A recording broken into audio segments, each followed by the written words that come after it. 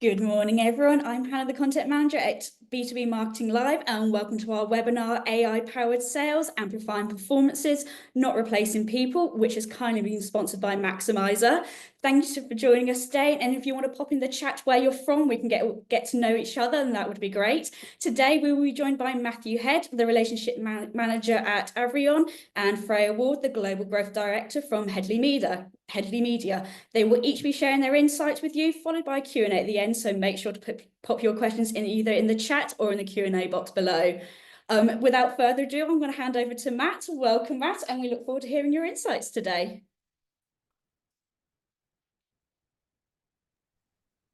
Thank you, Hannah. Thank you, I really appreciate it. And thank you to the audience. I think, your time is absolutely greatly appreciated today. Time is not something that we have enough of in sales, but we're going to have a little bit of a conversation today about how we can manufacture some more time. So I'm going to share my screen with you. We are going to have a poll going up shortly, and we'll give you a minute to fill that poll in, and then we'll look at the results, and I can jump into my presentation from there.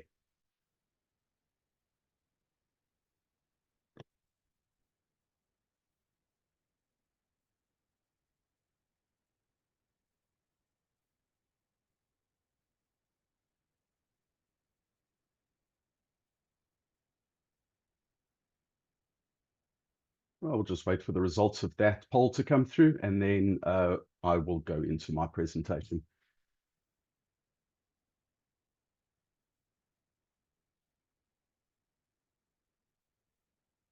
So are you using AI already in your job? 86% of us have said yes. That already shows how important AI is, to everything, to everything that we're already doing.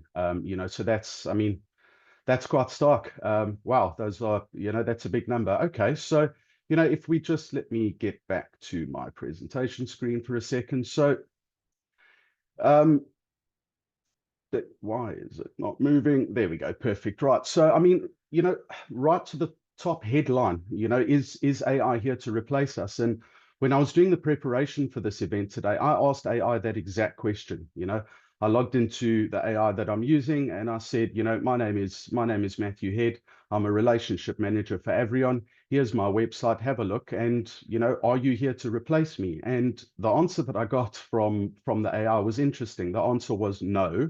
But, because there's always a but, I'm not here to replace you, but somebody that adopts me quicker than you do will, and I think that's one of the key takeaways here for us today, as people in sales and by extension, people in marketing, is that we have to adopt this. It's an absolute sliding doors moment. If we look back 20 years ago, companies were deciding whether they needed websites or not. Fast forward to today, those companies either have websites now or they've ceased trading, so it's an absolute sliding doors moment. We've got to adopt it, and there's, people are trying to give it different names, trying to humanize it a little bit, calling it co-pilot. I've seen some companies referring to it as digital talent, or a sales support assistant, and it's absolutely all of these things. And in order for us to understand how we can actually use it in our everyday lives whilst we're doing our jobs, we need to look at a couple of examples of AI that already exists and where we're already using AI in just our everyday lives. And I've got two examples that we can, look at. And the first one is Google. If I go into Google now and I type something into Google, the answers that I'm going to get from Google are, based off of anything that Google can find on the internet, which is quite dangerous. None of it's been peer reviewed. I don't know if I can trust that information, and I'm going to have to spend a lot more time, diving in to see if those answers are correct. Whereas if I go onto Google Scholar and I type in that exact same question into Google Scholar, every answer that I get is peer reviewed. So I can trust that data and use that data, and it's sourced. Another example is music. There's a number of different streaming services out there. I'm not sure which one that you use, but they all give us the ability to build a playlist, add in our artists, and, we can then enhance that playlist. And as we're listening to it, it will suggest other songs to us. What about this song? Or what about, this artist, based off of the information that we've already given it. And this is just, this is all AI in action, So we've got to figure out how we can actually use that AI now in our everyday lives. So if we look at our sales journey, us in sales, we spend quite a long time sitting down with the marketing team, defining our ideal customer profile. And then, we throw that at data sets, hoping that it flags some leads and brings that information back to us. If we get a complete customer profile, we hand it over to the sales team so that they can start engaging. If we don't get a complete customer profile, we start putting them onto different nurturing sequences, either to drive them to our website or, and everything that we do at the end of time lands up on a dashboard so that those in management can make some critical decisions based off of, everything that we're doing in our roles. So I flashed up the major areas on the screen there. We're going to go into lead generation first. We'll start at the top of the funnel. And the first thing that, that we need to do now, and the way that AI can help us, is we need to teach AI what our ideal customer profile looks like, and then let the AI do the legwork. Let the AI run out, point it at the data sets, and when it's collected that information, bring that information back to us, but enrich it on the way back. I don't just want first name, last name, email address, company name. Bring me back every data point within my ideal customer profile, and enrich that data as much as you can on the way back. And when it comes back to us, if it's complete, we can hand it straight over to sales, and sales can engage. But if it's not complete, let our assistant, our co-pilot, let that digital talent decide which nurturing sequence to put it on. If I've only got this amount of information, put them into nurturing sequence 1. If I've got that amount of information, put them into nurturing sequence 2. Driving them back to your website, or driving them to a web form, or driving them, into your email boxes. And I mean, if they're landing up on the websites, another really good example of AI that already exists, something that's come online in the last 5 years or so, is chatbots. There's nothing worse than being in the middle of a purchase order or a quotation, or needing to make an urgent phone call to a client of mine, and you've got that bell ringing on the website because somebody's waiting for somebody to engage in the chat. Let your co-pilot have that chat for you. We can program that AI to answer the frequently asked, questions, maybe give a price. And only when somebody puts their hand up and there's an actual intention to buy here, that's when that's when I stop what I'm doing so that I can engage, and answer that query, or give that price, or give them a quote, or bring that client on board. So once it's come over to sales, though, that's when we've got to engage. And I remember reading somewhere a number of years ago, that the only way that we can meet customer expectations is to give them exceptional experiences. And the only way that we can give them exceptional experiences is by investing time in them. Whether it's onboarding or retention, we've got to give them that time. And it's a difficult thing to do because we never have enough time. In order for us to look after all of our clients and all of our prospects equally, we're left, doing a little bit here and a little bit there and a little bit there, and we don't actually give these prospects and these clients these exceptional experiences that that they're looking for. And the only way that we can actually do that is by automating a whole bunch of things, so that we're not left trapped doing data entry and all of those things that soak up so much of our time. Automate all of it, let the co-pilot do it for us, so that we can focus on that relationship, focus on doing what we do best, which is, communication and keeping our clients happy. So if we look at what automation actually looks like, when I mentioned earlier about, programming the AI about what our ideal customer profile looks like, and letting that go do the legwork, I hope nobody in the audience today was thinking that we would have to put that data in manually, because, rather let the co-pilot do it, rather let that AI do it, because it's much faster than what we are, and it doesn't make any spelling mistakes.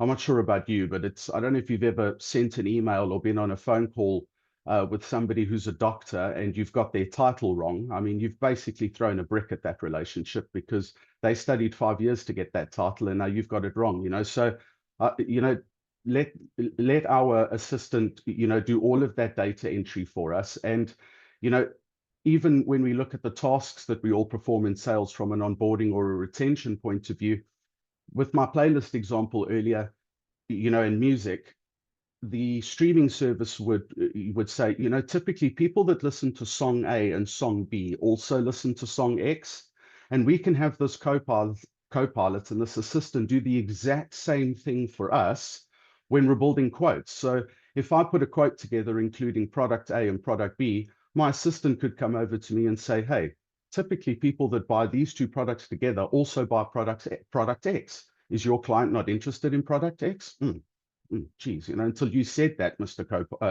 Copilot, I hadn't actually thought of that. Okay, pick up the phone. Hey, do you know that we do product X? No. Oh, okay.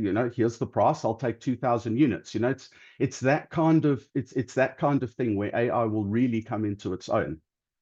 And even from automated tasks. I mean, it's 10 o'clock in the morning. I've done 5 quotes already today. I'm having a really good day.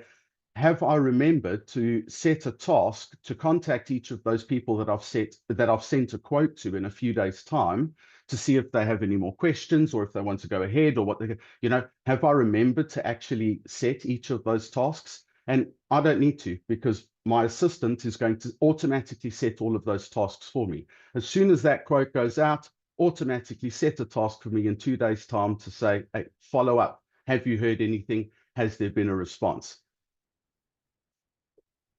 And it comes into the purchase order side of things as well. As soon as the purchase order comes in, the very first thing we want to do is dive into an email and say, oh, thank you very much. We're passing that over, to accounts for processing, and we'll get the products sent out to you as soon as we can. Let the assistant send that email for you. Whether you've typed that email out or your assistant, the AI, has typed that email out, your client is still getting that, exceptional experience. They've just sent you a purchase order, and immediately you've come back saying, thank you very much. And this is what it's all about. We're using AI to assist us and to help us give our clients exceptional experiences. And where does this all end up? Like I said in the beginning, everything we do in sales lands up, and marketing, lands up on a dashboard somewhere. And it's critical that it lands up on a dashboard. Data drives decisions. The only way that we can improve, our service and everything that we do for our clients is to be constantly looking at our data and dashboarding it, checking up on ourselves, making sure that we're hitting all of the markers, we're reaching our KPIs, we're doing what we need to. And, once we've got everything in the dashboards, it doesn't, the assistant doesn't stop with just getting us to really good looking dashboards. It also helps us to look at those dashboards, and, it helps us with forecasting and to look at things like churn prediction, so it's quite important. It's quite important for us to, try and understand, try and look at AI and try and understand exactly how it can supplement us in our own roles, and how it can help us on that sales journey from ideal customer profile to dashboard. What are the different areas that we can use that assistant, we can use that copilot, that digital talent to drive us all forward? And just a couple of closing thoughts for me. Like I said in the beginning, this is an absolute sliding doors moment. AI is here to stay. It's not going anywhere. And what it looks like in 5, 10, 15 years' time is actually up to us. We've got to adopt it. We've got to try and break it. We've got to get it to a point that it is, the best that it can be for us. And, there's a point there that says, the future of AI in sales, we're not 100% sure what the future looks like. We went through the .com boom all those years ago. Nobody knew what the future was going to look like. But, sitting in the future now, everybody's got a website, and, and I can see in 5, 10, 15 years time, everybody's absolutely going to be using AI right across the business, not just in sales and marketing, but in, in service and operations, and, right across the board. And, a bit of a call to action for everybody, I think, to the people like me that are sales users, to the executives and everybody in sales in the room, we've got to adopt it. Like I said just now, it's up to us. We've got to run with this. You know, we've got to use it. We've got to mold it. And a call to action to our managers, you know, I think would be, you know, a lot of the budget that you get for sales and marketing goes towards customer experience, and you know that's absolutely the right thing to do. You know, customers drive everything, but I think if you can take some of that budget and you can apply it to the employee experience, you know, EX, you know, the systems that we're asking people to work on internally to do our job function, you know, if you can, you know, if you can give us really good systems that help us and support us, then we will take care of that customer experience. I've really appreciated your time today. I look forward to hearing from Freya just now, but for now, I'm going to say thank you very, very much and pass you back to Hannah. Thank you, Matt. That was a great session. And thank you for all the insights and all the stats around kind of AI and how customers are using it as well. And for now, I'd like to introduce Freya and hand her over to her presentation. And good luck, Freya. Thank you. Amazing. Thanks so much, Hannah. I am just going to pull up my slides. I think there's some really interesting points in the presentation that Matt pulled together and shared with us all. And I can see lots of questions coming through on the chat pane as well, which I'm excited to get into the Q&A and bring Matt back shortly. I am Freya. I'm the Global Growth Director at Headley Media. We're a B2B technology lead generation company. And I am responsible for our sales and marketing department, as well as looking after our clients that are B2B technology companies. So on the screen here, if you scan this QR code, you can reach my LinkedIn page and connect with me. I'd love to connect with lots of you, as I spend a lot of my time talking to clients in the space and about AI, marketing, B2B, the tech space, and where it's headed. I'm hoping that I can, in this presentation, lean on some of the examples that Matt gave us, but expand it to include some use cases and breaking it down a little bit more into how AI can empower your sales department and your marketing department, amplify performance, and not replace people. I'm hopeful that from these slides, you can also take away some just small examples as to how you can start to investigate and implement AI. Although we can see 86% of you in that poll are already using AI in some form or another within your business capacity. Let's talk about AI lead scoring. So the theme of my slides is to talk about the pain points and the challenges that we're currently facing if you're not using AI within various areas. So lead scoring, we're going to look at customer engagement and customer success, and then we're going to go into sales automation and a couple of other, hopefully, tips that you can take away from these slides as well. So if we look at AI lead scoring, automation is great within lead scoring traditionally, but one of the biggest pain points that certainly I come against when looking at lead scoring is the administration that goes into it, the manual data analysis and the work that goes into building a lead scoring system, and the lack of agility. So what I mean by that is, if we're talking about the B2B tech space, in particular, the B2B buyers evolve and change with time. And if your lead scoring system is only being reviewed and agreed between sales and marketing at the beginning of the year and implemented with all of that manual work that goes into setting up a lead scoring system, you're not allowing for that flexibility throughout the year as your buyers change and evolve. This can lead to things like a misalignment between sales and marketing. I'm sure if I did like a raise your hand, if I could see all of your lovely faces, then I'm sure a lot of you would raise your hand and say you've heard these things. Leads are coming through to sales too soon, they're not ready to buy, sales aren't following up, or sales aren't providing detailed feedback. That is a big pain point for marketing professionals. They're just not getting that feedback loop from sales. This can all be, I wouldn't say totally eradicated at this stage, but it can all be assisted by using AI lead scoring systems. There's also the opportunity to identify potentially missed opportunities, because that lead scoring system set up at the beginning of the year, it's based on data, of course, and it's based on the insights that you have on the previous years and years before that within your CRM system. But you are potentially missing some low-hanging fruit, because those leads that are coming through to sales and through to the SDR team are based upon that particular matrix that you set at the beginning of the year. So how can we provide a solution?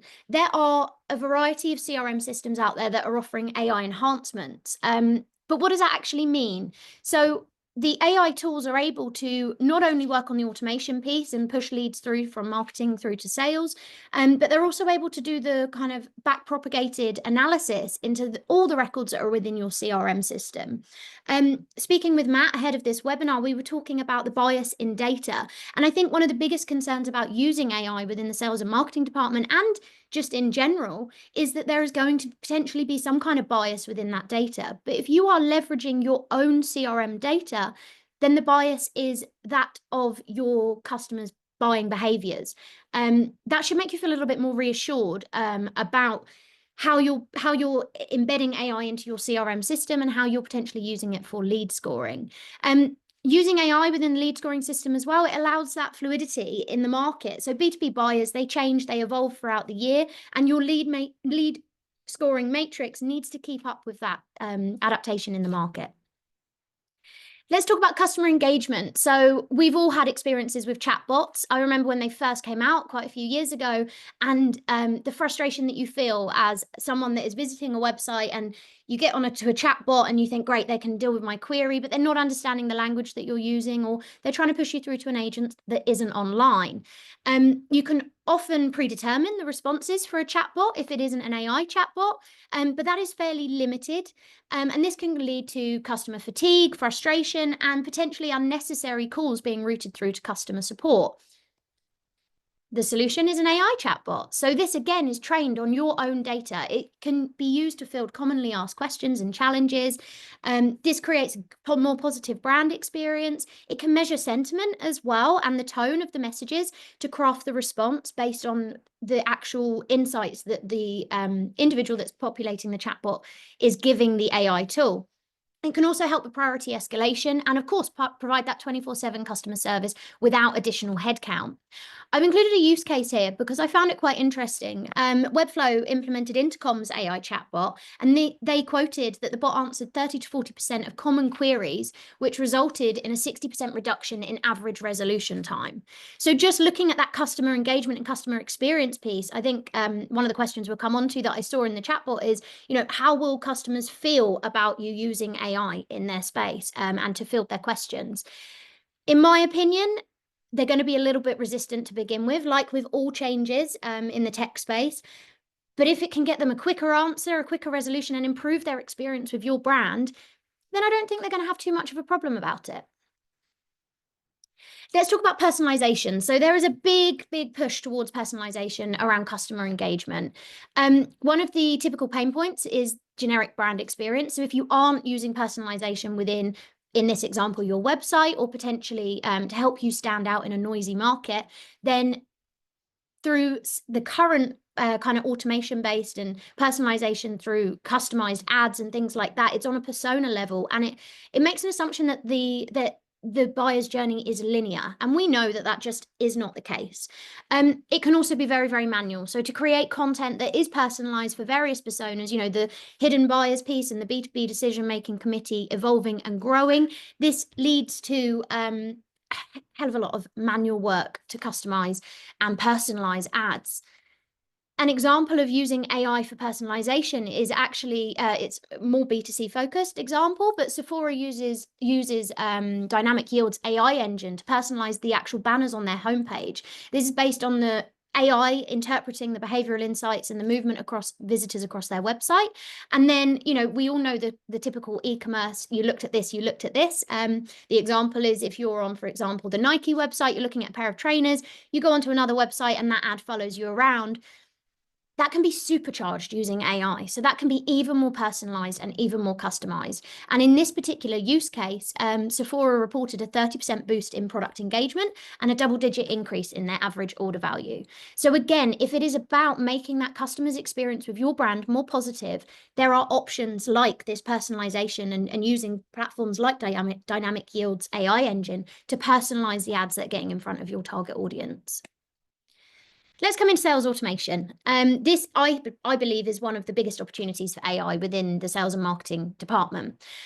We have all worked with or been sales professionals that get 100% close win rate. And either you're an absolute genius when it comes to sales and there's something magic and I would love your advice, or it is a case of the data that you're inputting into a system isn't necessarily accurate.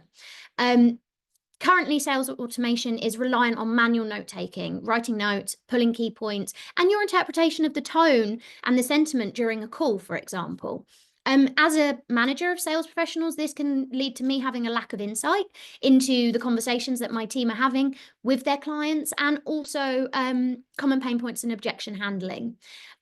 It's also a pain point for me that we have multiple tools that are tracking different things, and this can lead to a lack of accuracy. They're not necessarily talking to one another. They're not necessarily integrating into the platform. And of course, if we look at the customer, this can lead to poor sales follow-up, which has a direct result in lower revenue potential.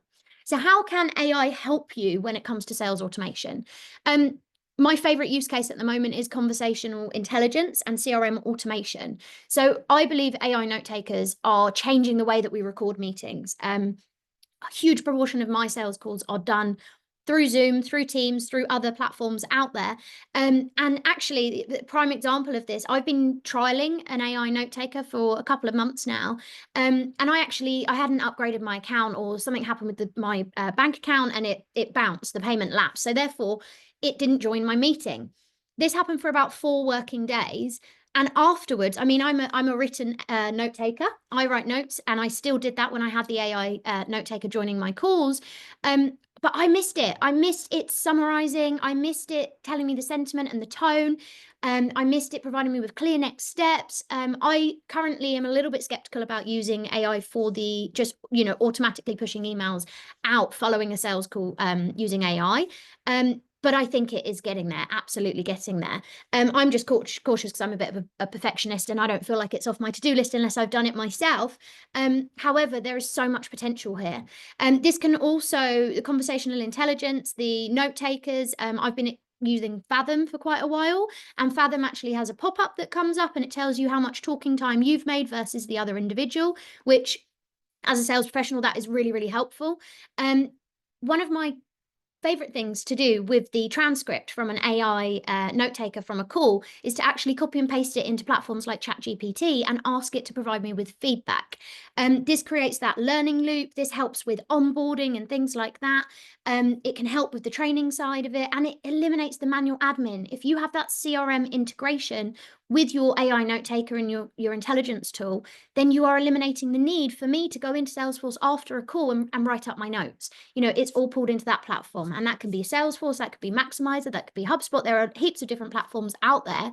And that integration is so, so key when using AI, because that, the theme of every one of these slides has been admin, right?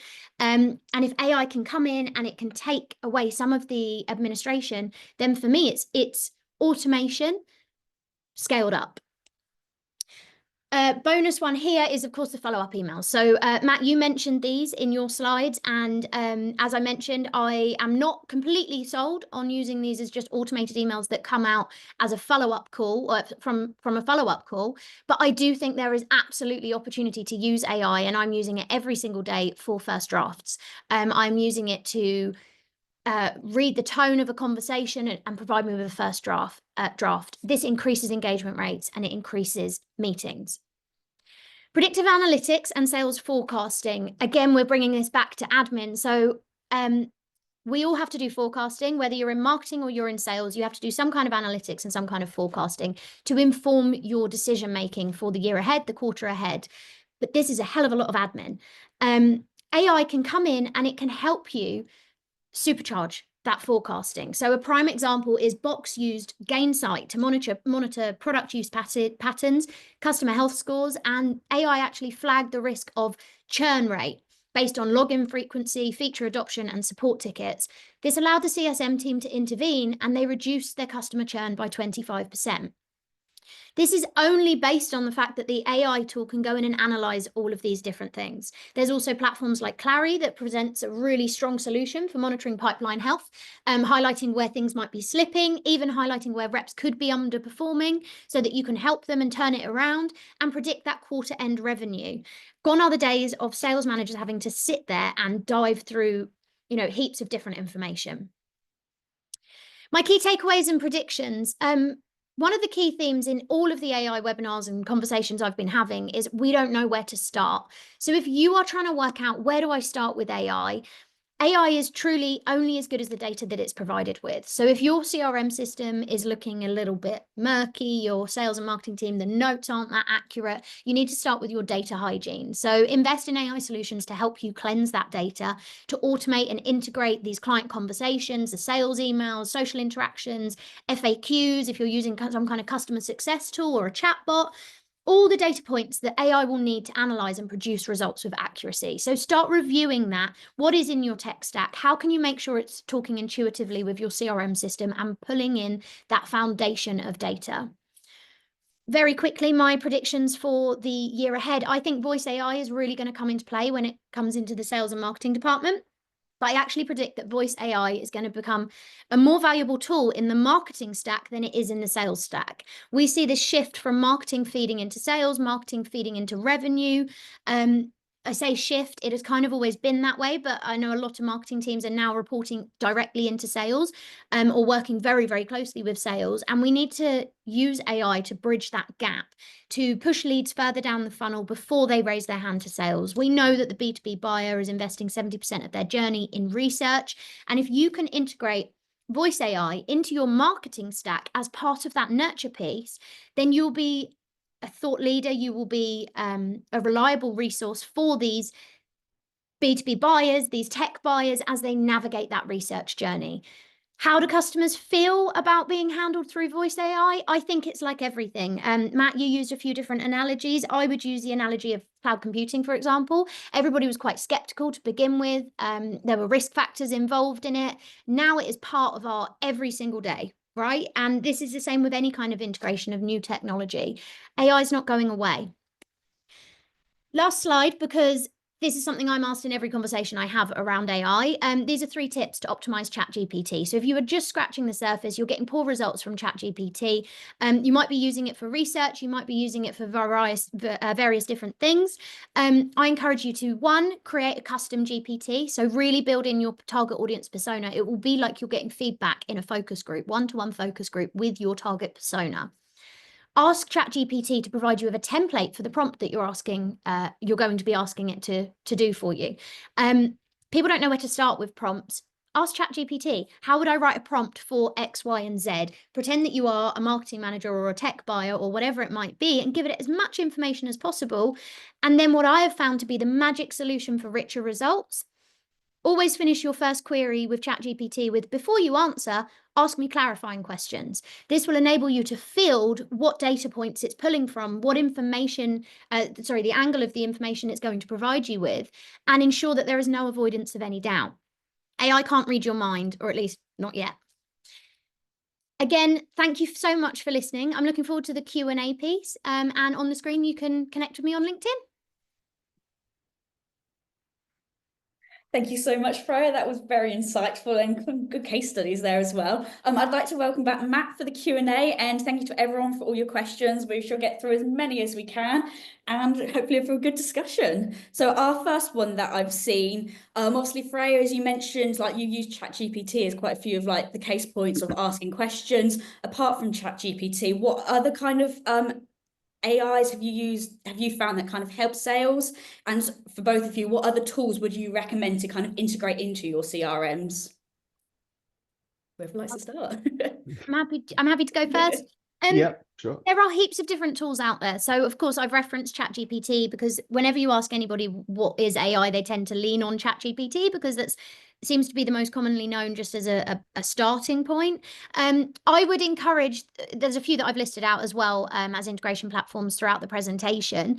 But I would encourage you to look for bespoke platforms or GPTs, if that's what you're looking at, for the actual use case that you are looking at. So if you are in an e-commerce company versus a cybersecurity company versus the B2B tech space, depending on your area of expertise, there are a lot of platforms out there that are specifically relevant for your use case. So if you're looking at content creation and things like that, there is also on my LinkedIn, there's a post not too long ago that's got a long list of a variety of different tools and platforms that you can use.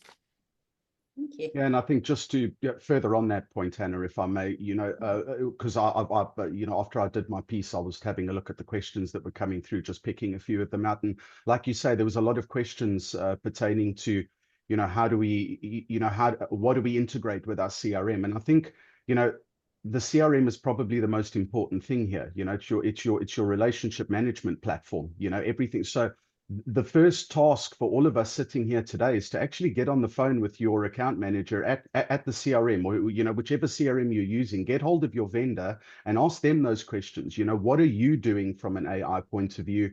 If I can throw the spotlight just a little bit on our sponsor today, Maximizer, who's a big player in the CRM market. I use Maximizer personally, at Avrion, and I can do 60% of my job function from Outlook. And that's just, when an email comes in, and I want to save that email into my CRM, I'm hitting a button. Outlook together with Maximizer is deciding, okay, it's to this contact. They're referencing this opportunity, so I'm going to save it against that opportunity. I can make calls. It's just there's, so I think the first place that everybody in the audience needs to start is get on the phone with your implementation partner or your vendor, whomever you've got that relationship with from a CRM point of view, and start asking them what they're doing from an AI point of view, and what growth, what updates are they bringing into the platform? Because if we can automate, and we can bring AI into every element within our CRM, it's just going to further assist us, and just make it so much easier for us to do what it is that we're doing. Perfect. Thank you. Actually, and kind of further on from that, Matt, as you talked about using between Maximizer and then your Outlook with the data, would you kind of cost effectively enrich your contacts and accounts when trying to reach out to people? What you mean in terms of getting, getting more data on them, or using AI for it as well, all the other tools you can kind of integrate into those aspects as well. Yeah, look, I mean, there's lots of different, enrichment tools out there at the moment. I know some of the big things that are happening in CRM at the moment is building an enrichment function into it. So, you're sitting on your address book, you've got a whole bunch of contacts there, and you wanted to enrich the data. There are AI scripts that run off to LinkedIn and scrape information like company size, or run off to places like Company House, and they can get you their turnover and that kind of stuff. So it's about the work that needs to be done here. It's always been important to have a really good handle on what our ideal customer profile looks like. But because we're asking an artificial intelligence now to go and collect the information, we're saving a whole bunch of time on not having to do the legwork to go out and bring that data and enrich that data on the way back. We are going to have to give up some of that time that we've got back into constantly onboarding the AI. That's one of the caveats with AI, is that as trends, and as the market changes, and as trends change, and as companies need to pivot, you're constantly going to need to be onboarding that AI and reteaching it. If your KPIs shift, you've got to shift that AI, because that AI is working to your old KPIs. So it's about constantly looking after whatever that AI is. And AI is as simple as, like I said earlier, music on a playlist that then suggests other music to you. And to Freya's point about bias and the fact that some industries are really struggling with this. I saw a query just now in the chat about what about industries like pharma, and that where this is a difficult space. AI. I mean, if you look at the banks, they don't even want to talk about AI, because they can't have any of the decisions that they make be rooted in any kind of bias. But as marketing and sales professionals, we honestly, we don't have an issue, because like Freya said earlier, that data that they're looking at is our data. It's my playlist. I'm teaching you what I like. I'm teaching you what my ideal customer profile is. Your job is to go and get me information that matches what it is that I've asked you to go and look for. Thank you. Yeah. And actually, on follow on, I've seen a few people ask this as well around, obviously it's a big question kind of around everyone's mind, is AI and security, especially when it comes to business kind of secrets, following on from like the pharma kind of industry, or just some other ones in general? From both of your experiences with kind of using and implementing AI into your own roles, how do you ensure like your business security when you're using AI? Like, especially, I know, Freya, you mentioned you use a note taker. How do you ensure the kind of the safety of, say, company secrets, or something that you need to keep a little bit more secret? Yeah, of course. You know, this is at the forefront of everyone's mind. And I saw a couple of comments in the chat pane as well about, you know, pasting transcript into ChatGPT and things like that. I absolutely should have caveated that part of my conversation with anonymize it before you paste it into ChatGPT. You know, you can, again, you can use custom built AI platforms in order to remove sensitive information as well. So if you're working on a training program or a feedback loop, always make sure that any sensitive data, if it's an open source platform, is being taken out. When it comes to compliance and it comes to security and it comes to, you know, am I working with a red tape sort of solution, or am I working with something that is high risk? I would always lean on evaluating their privacy compliance pieces. So at Headley, we are Cyber Essentials certified, and we have our commercial manager is responsible for all of the security of our data. So before we use any tools, she always vets it. She, you know, reads through, rather her than me, because I'm a salesperson, I'm a marketing professional, I'm reading through all of that information. Is a lot of information. But she vets those platforms before we use them. So I would ensure that. I would also be checking where is the data that you're putting into it being hosted, and do they sit within GDPR compliance, by way of example. By that I mean, what country, what geo is the data being stored, essentially, because that is a really, really big part in the security side of it. If in doubt, eliminate sensitive information. There are platforms out there that are being pushed to be more secure, because there are pharma, there are, you know, these different industries, but also just businesses that need to keep that data secure. You know, we have to be mindful of compliance, but don't let it hold you back. I would encourage you to take pitches as well from these companies. So if you are looking at enhancing your AI tech stack, you're looking, you know, like to Matt's point, ring your CRM supplier, ask them how they're using AI, ask them about the cybersecurity side of it and the security of your data and information if you move into the AI space. Learn, ask questions, be curious, and lean on your internal teams. Caveat that with, don't just go out there and sign up to a free subscription of an AI tool if you're going to be loading sensitive information into it. Perfect, thank you. Yeah, no, that sounds good. Yeah, and I know, like you were talking about kind of anonymizing data. Would you use this at all for kind of like your contacts and leads or personal like data, or would you kind of stay away from this area, especially around kind of like secrecy part or protection, GDPR part? I would avoid with CRM data, taking it outside and pasting it into AI tools. But certainly if you're working with AI integrations into your CRM, then I would lean on your CRM provider to provide guidance as to, you know, where can APIs be used, around the security side of it. Perfect, thank you. I'm going to touch a little bit upon the marketing kind of side. So again, Freya, might be quite useful for you. During your presentation, you were kind of using Sephora as like a case study, as an example of how they use kind of the digital for their digital ads, as well as kind of Nike, how they do it. What else, like when you're doing paid ads, like as a marketer, what kind of AI or integration tools are you using to help like personalize for these paid ads, and kind of what are the steps that you do to create these in a sense?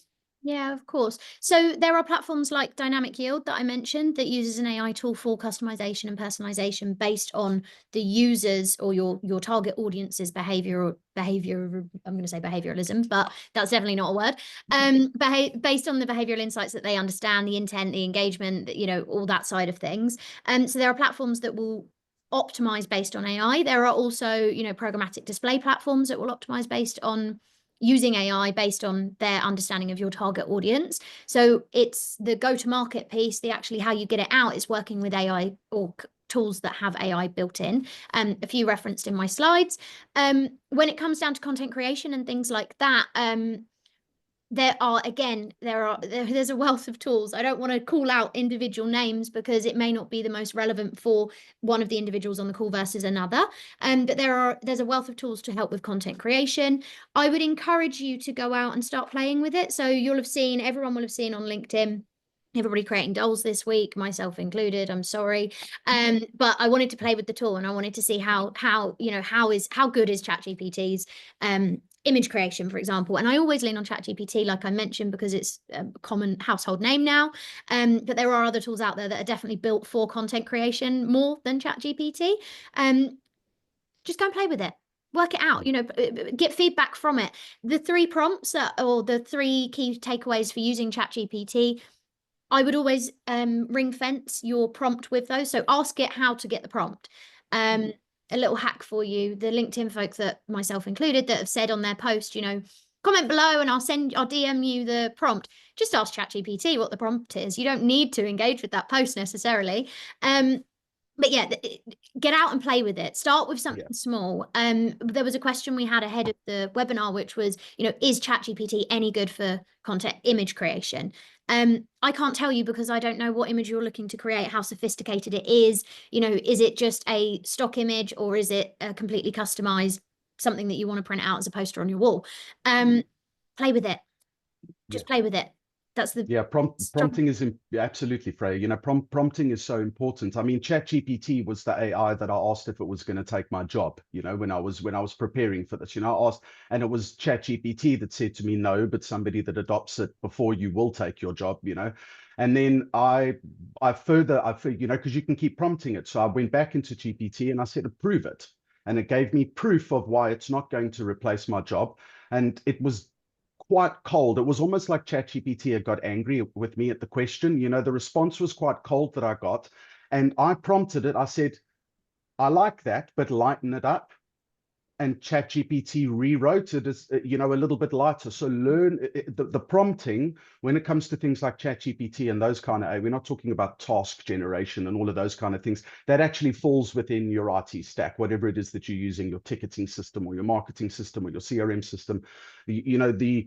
The auto task stuff and the linking in with your email reader and all of that kind of smart stuff, that falls within your CRM, which is why I said pick up the phone and phone your CRM. But using things like ChatGPT, become really good at prompts. And like Freya says, play with it. It's the only way we're going to get better at it, is to play with it and try and break it. Try and break it. Yeah, exactly. Challenge it. Perfect. Thanks so much. We've got a couple more minutes left for a few more questions. This one for both of you. We're going to broaden it out back to kind of your general tech stack as well. When you're kind of picking a tech stack that's kind of cost effective but allows you to supercharge your sales efforts, what advice would you give to people when they're looking around this?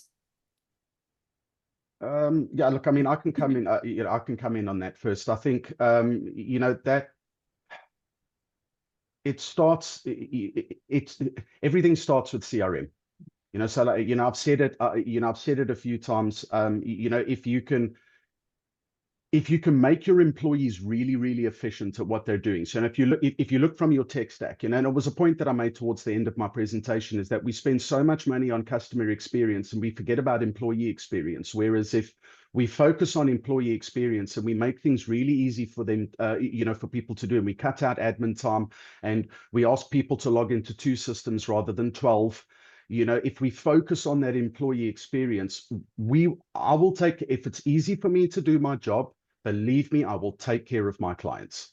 Yeah, that is good. Yeah. I think from my point of view, the first step I would say is take the pitch.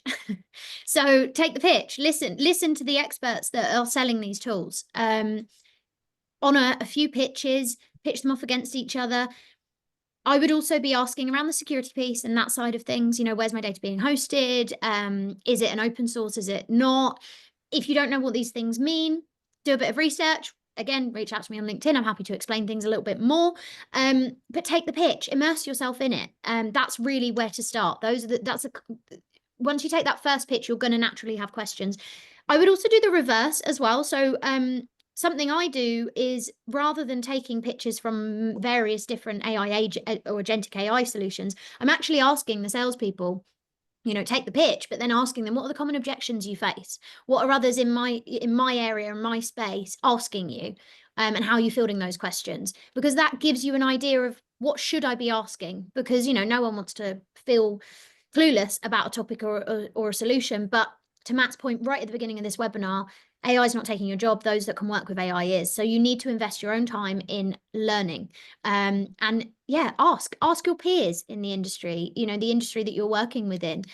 What kind of objections are you facing when you know, have you built AI into your tech stack? Where have you done it within the sales department? Is it giving you richer information from the sales team? How are you getting the transcript into your CRM system, but also with some kind of logic that I, as a marketing professional, don't have to sit and read through the entire transcript? You know, there's so many tools out there. Just geek out a little bit with it. Start asking questions. Perfect. Thank you so much. I'm going to have one final question. So this one's a little bit lengthier, but I'm going to open up to both of you again. How do you see the balance evolving between using standalone AI tools for specific tasks and building more autonomous multi-agent AI systems that can collaborate and execute complex workflows? And what should your teams consider when deciding between the two approaches? You want to go first, Matt? Do you want me to? I think you, Freya, if you don't mind, while I just onboard that for a second. I digest all the words. Yeah, of course, no problem at all. I don't think you're deciding between the two of them. I think if you're doing nothing around AI at the moment, then you should start trying different things. Just start small, start integrating it. If you are doing something, see where else you can do it. Again, speak to people in the market, see what others are doing. Ask ChatGPT, ask Gemini, ask, you know, whichever platform is your favorite platform, ask that what others in your space are using and how it can evolve. I would be, as part of the pitch process as well, asking, you know, are there integrations with your AI solution? So if you're speaking to somebody that provides a AI note-taking and transcription solution, for example, is there an integration with my CRM system? There were people in the chat as well that were mentioning, you know, what if you have a custom-built CRM? What if you aren't working with a provider? How do I move forward with that? Again, start small, speak to others in your space. There will be surely a developer or someone that created your CRM system and you're managing it. I would be having conversations with them or with your IT support, whoever it might be, to understand what are the limitations and integrations within our current platform. I would not encourage anybody to go out there and go, you know, at this stage, go solo into a fully fledged AI suite. Speak to companies that are supporting with digital transformation. Get a consultant that can support you. Take a pitch, take a consultancy piece, get someone to analyze your entire stack, and then go, actually, do you know what? 8 out of 10 of the solutions you're currently working with do have AI enhancements available. You're just not utilizing them. Or we can get this tool to talk to this tool, and so on and so forth. Speak to the experts. Prime example is in Matt's background. Yeah, I was just going to say, thank you, digital transformation, you know, on your terms. And I think, you know, I mean, one of the, you know, I've often given talks on just CRM, you know, not AI or anything like that, but talks on just CRM, you know, bringing it back down to the basics, just so that people can understand, you know, what CRM is and how it's actually supposed to, you know, work for you and help you and all of those kind of things. And you know, it's the challenge that I give to people at the end of these talks is not finding a CRM that will do what you need it to do, because there is a lot of CRMs out there.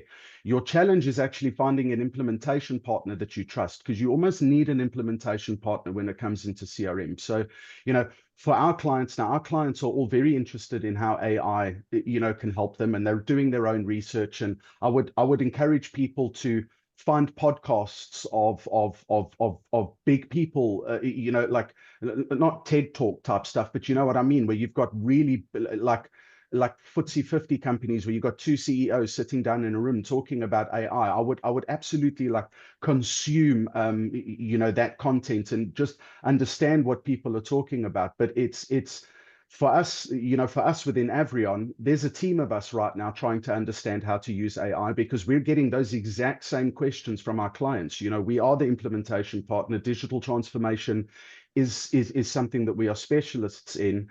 And what we're doing now with AI is just another form of digital transformation. We're just moving into that next era of digital transformation. And it's one of those fall behind, get left behind type of things, unfortunately. And it's up to us. Like I said at the end of my presentation, and Freya's alluded to a number of times, it's up to us. It's in our hands. And that is wonderful. Thank you ever so much, you both. That is all we've got time for today, but thank you for the wonderful questions in the Q&A to both Matt and Freya for their insights and kind of knowledge around AI and how to kind of implement it and what you should be doing, and to our sponsors Maximizer as well.